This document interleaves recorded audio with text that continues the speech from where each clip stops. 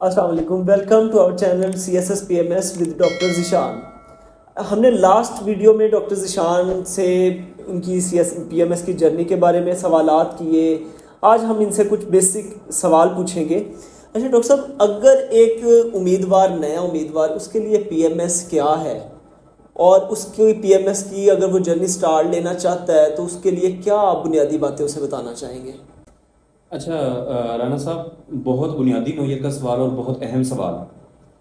PMS stand for provincial management service. PMS मुकाबले का इम्तहान है जिसको हर साल Punjab public service commission conduct करती है। हर साल इसका मुनक्कद किया जाना ज़रूरी है और इस पे ऑनरेबल हाई कोर्ट की रूलिंग भी मौजूद है। तो हर साल सीएसएस के बाद आगे या पीछे करके पीएमएस का एग्ज़ाम मुनक्कद किया जाता है जिसको Punjab public service commission conduct करती है। ये डॉक्टर साहब, जिस तरह आपने बताया है कि प्रोविंशियल मैनेजमेंट सर्विस जो PMS है, एक मुकाबले का इम्तिहान है जिसको PPSC हर साल इसको मुनक्किद करता है, इसका एग्ज़ाम लेता है, तो इसको इसके कितने स्टेप्स हैं, कितने हिस्सों में कैटेगराइज किया गया है, उसके बारे में हमें थोड़ा बताएं। अच्छा राशिद साहब, अगर हम एग्ज़ाम स्ट्रक्चर की बात करें तो ये 3 स्टेप्स पर मुहित होता है। सबसे पहले तहरीरी इम्तहान होता है, फिर दूसरे स्टेप में साइकोलॉजिकल टेस्ट्स होते हैं कुछ आपके, और तीसरे और फाइनल स्टेप के ऊपर आपका पैनल इंटरव्यू होता है। मैं इनको वन बाय वन डिस्कस करता हूँ अपने ऑडियंस की आसानी के लिए, ताकि वो बात को समझ सकें। सबसे पहला स्टेप तहरीरी इम्तहान पर मुश्तमिल होता है, जिसमें 1200 मार्क्स के 12 पेपर होते हैं आपके। एक दिन में 2 पेपर होते हैं और एक पेपर 3 घंटों पर मुहित होता है। 6 कंपल्सरी मजमून होते हैं और 6 ऑप्शनल सब्जेक्ट्स होते हैं। ऑप्शनल 3 सब्जेक्ट्स होते हैं, लेकिन एक ऑप्शनल सब्जेक्ट के 2 पेपर होते हैं, पेपर 1 और पेपर 2। इस तरह 1200 नंबर के 12 पेपर, 6 कंपल्सरीज और 6 ऑप्शनल्स। जो कैंडिडेट्स तहरीरी इम्तहान को कामयाबी से क्लियर कर लेते हैं, उनका दूसरे स्टेप के ऊपर साइकोलॉजिकल असेसमेंट होती है। ये 2 दिनों के ऊपर मुहित एक सरगर्मी होती है, जिसमें पहले दिन आपके रिटन टेस्ट होते हैं, जिसमें ओवरऑल आपकी एक पर्सनैलिटी प्रोफाइल कंपाइल की जाती है थ्रू डिफरेंट साइकोमेट्रिक टेस्ट्स। उसमें कुछ ऑब्जेक्टिव टेस्ट होते हैं, कुछ प्रोजेक्टिव टेस्ट होते हैं, और सेकेंड डे के ऊपर आपकी कुछ एक्टिविटीज होती हैं, जैसे कि कमांड टास्क होती है, ग्रुप एक्टिविटी होती है, और फिर आपका साइकोलॉजिस्ट के साथ इंटरव्यू होता है, जो कि मुख्तलिफ सवालात के जरिए आपकी शख्सियत को जांचने की कोशिश करता है, आपकी एक प्रोफाइल बनाता है। तीसरे नंबर के ऊपर आपका पैनल इंटरव्यू होता है 200 मार्क्स का, जिसमें चेयरमैन पब्लिक सर्विस कमीशन मौजूद होते हैं और 3 से 4 रिटायर्ड ब्यूरोक्रेट्स के ऊपर मुश्तमिल पैनल मौजूद होता है, जो कि आपको मुख्तलिफ तरीके से ग्रिल करते हैं। आपको प्रेशर हैंडलिंग में चेक की जाती है कि आप फील्ड में कैसा परफॉर्म करेंगे। तो 3 स्टेप्स होते हैं, रिटन पार्ट होता है, साइकोलॉजिकल असेसमेंट होती है, और फिर इंटरव्यू होता है। डॉक्टर साहब, जिस तरह आपने बताया कि इसके 3 स्टेप्स होते हैं, तो क्या इसका कोई एलिजिबिलिटी क्राइटेरिया भी है? कौन इसको अटेम्प्ट कर सकता है, कब तक अटेम्प्ट कर सकता है, किस उम्र तक, और इसमें हमें किन चीज़ों का ख्याल रखना पड़ता है? अच्छा, बहुत अहम सवाल राशिद साहब।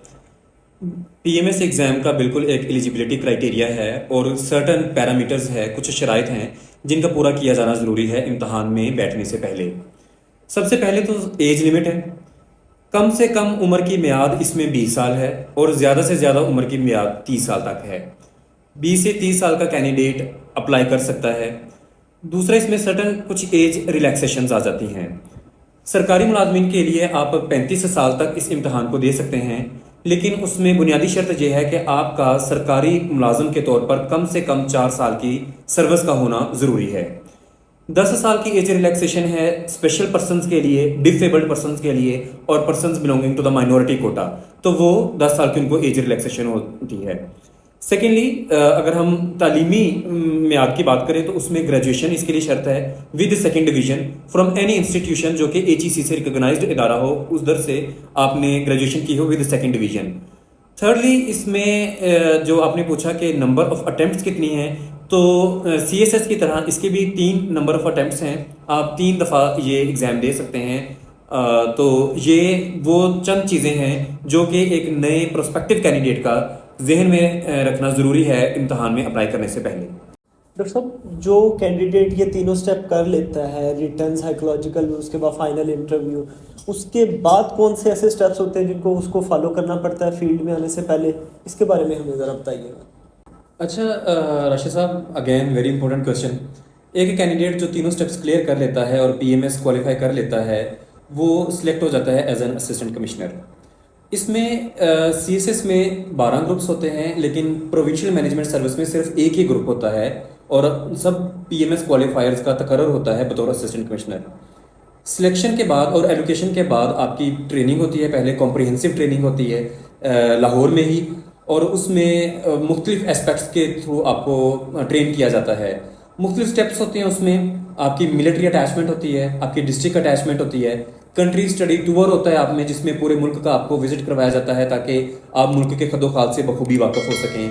फिर 3 माह के लिए आपको असिस्टेंट कमिश्नर ड्यूटी भेज दिया जाता है किसी एक तहसील में। वहाँ पे आप as under training assistant commissioner काम करते हैं और आप अपने उसी तहसील के जो असिस्टेंट कमिश्नर होते हैं और डीसी की डायरेक्ट सुपरविजन के अंडर एक डायरेक्ट आपका ऑन ग्राउंड एक्सपोजर होता है। तो कुछ एग्जाम्स भी होते हैं इस प्रोसेस में ड्यूरिंग ट्रेनिंग। तो ये एक कॉम्प्रिहेंसिव किस्म की ट्रेनिंग जो कि 12 माह के अरसे के ऊपर मुहित होती है। उसके बाद आपको सेक्शन ऑफिसर लगा दिया जाता है सेक्रेटेरिएट में या डिफरेंट जो लाइन डिपार्टमेंट्स हैं। एक सर्टेन टाइम पीरियड होता है जब जिसमें आप एज अ सेक्शन ऑफिसर सर्व करते हैं और उसके बाद फिर आपको फील्ड में एज असिस्टेंट कमिश्नर भेज दिया जाता है, जिसमें आप किसी एक सब डिवीजन के इंचार्ज होते हैं।